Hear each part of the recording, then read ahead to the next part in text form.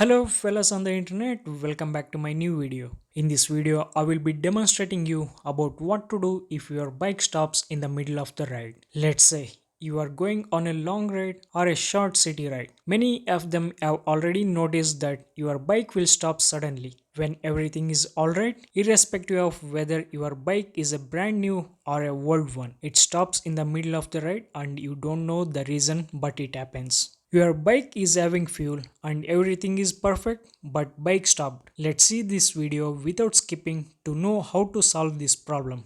I started my ride from my home and came across 2.5 kilometers. Now the bike stopped suddenly. If you are going to use self-start in this situation, then it will definitely not going to work.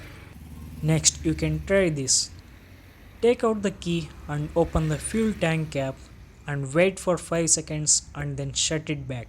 Then switch on the ignition and try kickstart or self-start. Sometimes this process may work, but in very less cases, not every time. So it didn't work.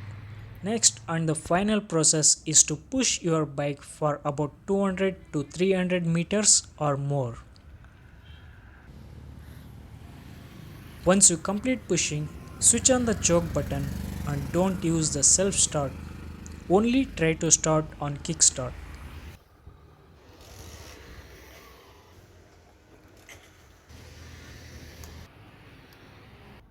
In my case, I pushed my bike for about 100 meters.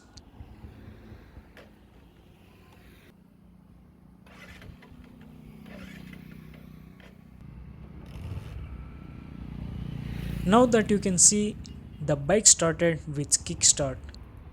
Now let it be on choke for about 1 minute and then switch off the choke.